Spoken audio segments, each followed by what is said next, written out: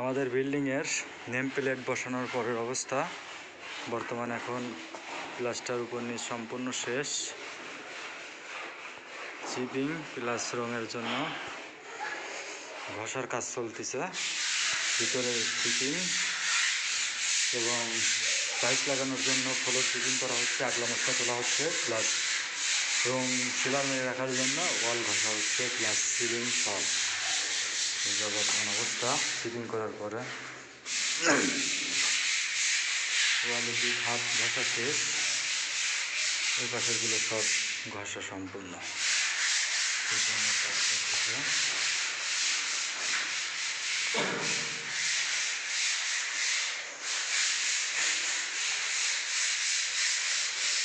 এপাশে ঘর রঙের জন্য ঘষাঘষির কাজ সম্পূর্ণ।